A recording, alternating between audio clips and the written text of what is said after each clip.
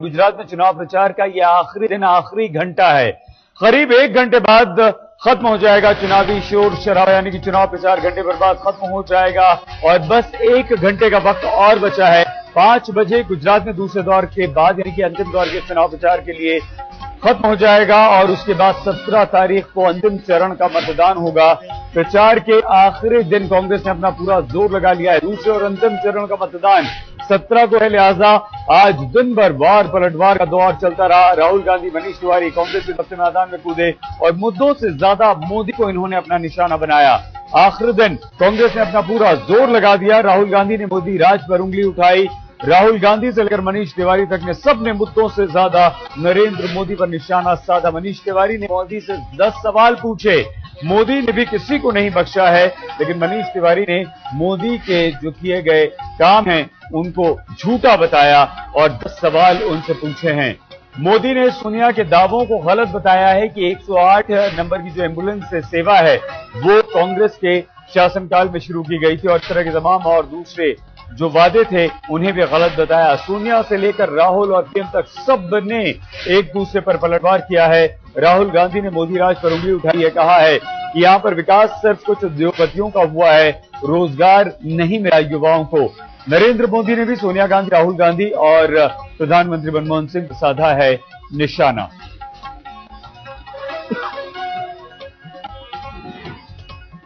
आज चुनाव प्रचार के आखिरी दिन नरेंद्र मोदी ने कांग्रेस अध्यक्ष सोनिया गांधी पर किस तरह से निशाना साधा है, सुनिए। हिंदुस्तान की जनता को दो टूक जवाब दो, 2 टूक।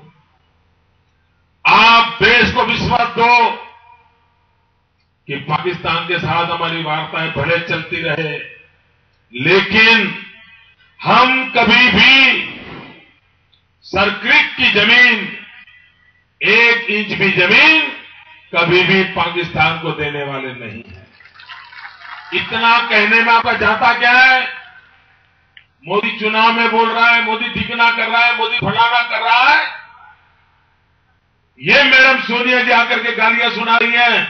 मैं हिंदुस्तान का बेटा हूं, हिंदुस्तान का बेटा, मैं देश के लिए जीता हूं, देश के लिए मरता हूं। मैडम सोनिया जी, हमारी देशभक्ति पर आप शर्म कीजिए।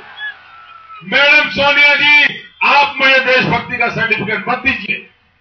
इस मिट्टी में पैदा हुआ हूं और इस मिट्टी के लिए मरने वाला हूं। नरेंद्र मोदी ने सोनिया गांधी पर निशाना साधा, सर्टिफिकेट न देने की बात कही, लेकिन पार्लियामेंट की चुनावी सभा में नरेंद्र मोदी ने रहमान मलिक के विवादित बयान का हवाला देकर पाकिस्तान की भी जोरदार खिंचाई की, लेकिन उनका सीधा सीधा निशाना रहा दिल्ली की सरकार की तरफ। नरेंद्र मोदी ने कहा कि केंद्र सरकार में दम होता तो पड़ोसी मुल्क का मंत्री आकर, भारत में आकर ऐसे बयान देने की हिम्मत कभी नहीं कर पाता। पाकिस्तान के ये मंत्री महोदय हिंदुस्तान की सरजमीन पर आकर के कहने की ये हिम्मत करते हैं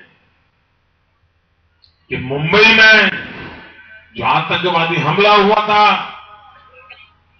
निर्दोषों को मौत के घाट उतार दिया गया था, वो घटना और 92 में अयोध्या में जो घटना घटी थी, दोनों एक बराबर है।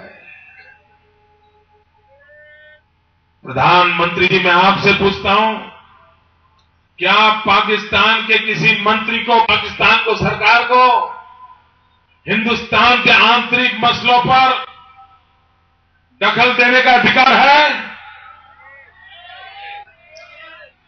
और ये हिम्मत कैसे करें? पाकिस्तान ने हमला बोला, आतंकवादियों को भेजा, 26/11 करके मुंबई में निर्दोषों को मौत के घाट उतार दिया। पाकिस्तान गुनहगार है। उसका जवाब देने के बाद भी बजाय वो मुंबई की घटना को अयोध्या की राम मंदिर की घटना के साथ जोड़ करके वो जस्टिफाई कर रहा है। भाइयों बहनों, पाकिस्तान की ये हरकतें, ये इसलिए पाकिस्तान है क्योंकि दिल्ली में बैठी हुई सरकार में दम नहीं।